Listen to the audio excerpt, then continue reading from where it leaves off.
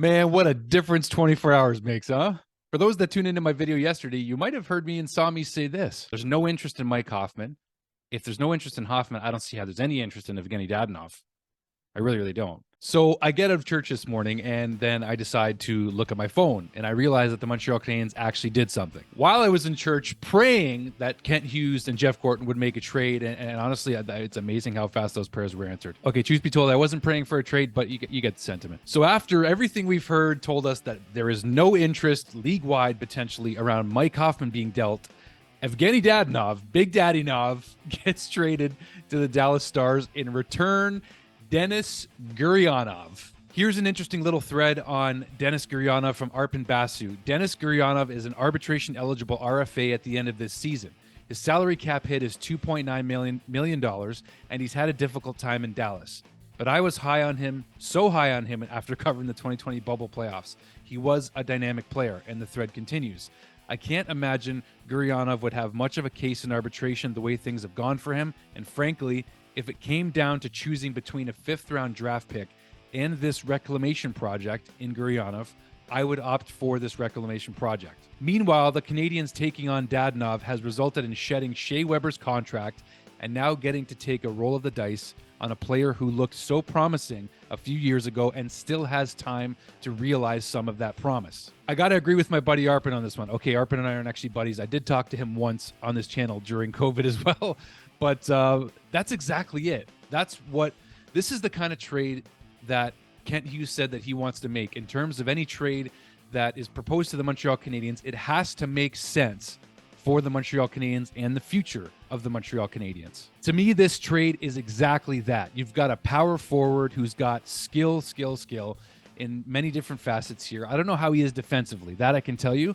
I don't know how he is on the other side of the puck, but in terms of offensive upside, it's not fully tapped yet. This guy could be at least a 50 point producer. Gurianov's peak point production actually came last year in the 21-22 season, where he had 11 goals, 20 assists for 31 points in 73 games. Not that sexy of numbers, but you have to think that a 40-50 point per season type player is the ceiling that the Canadiens are going to try to help him reach. Anything beyond that would be a crazy bonus, but I think 40 to 50 points per season, if the Canadiens do hang on to him through arbitration, that could be a big steal, a big win for the Montreal Canadiens. Both Russian players, and one of the first most interesting stats comparing these two players, not just the fact that there's a pretty big age gap and the fact that Evgeni Dadonov's 33 and Gurianov's 25, but Gurianov has already a lot more playoff experience than Evgeni Dadonov. Gurianov has 32 games played, 9 goals, 8 assists, 17 points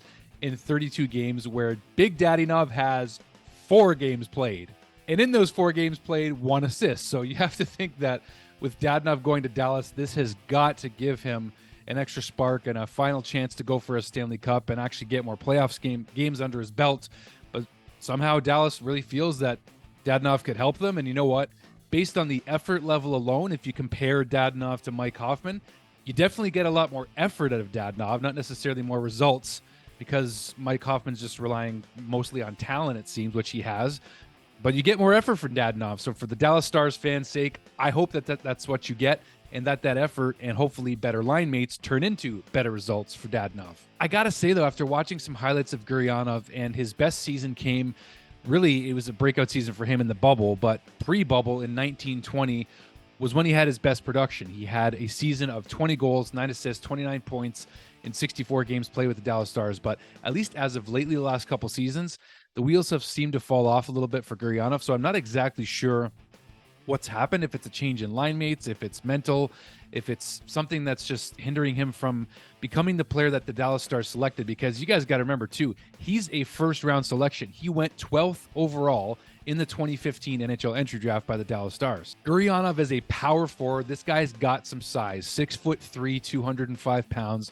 If you watch him barrel down the right wing, this guy can move. He's got hands, he's got skill, he's got decently quick feet, and a big thing with him, he can play on the power play. If somehow the Canadiens are able to make a deal work to trade out Mike Hoffman before his final term on his deal expires, which is next season, then you know what? Gurianov could easily replace him on the power play, because He's got the finish that Mike Hoffman basically does, if not better. He's younger, of course. So Gurianov likes to play that right face-off circle position on the power play. He's got a fantastic one-timer. So honestly, for me, I am saying that this immediately is a W for Kent Hughes and the Montreal Canadiens. Comparatively, unless Evgeni Dadonov, on his expiring contract, goes into Dallas and helps him get a Stanley Cup, which is the best case scenario.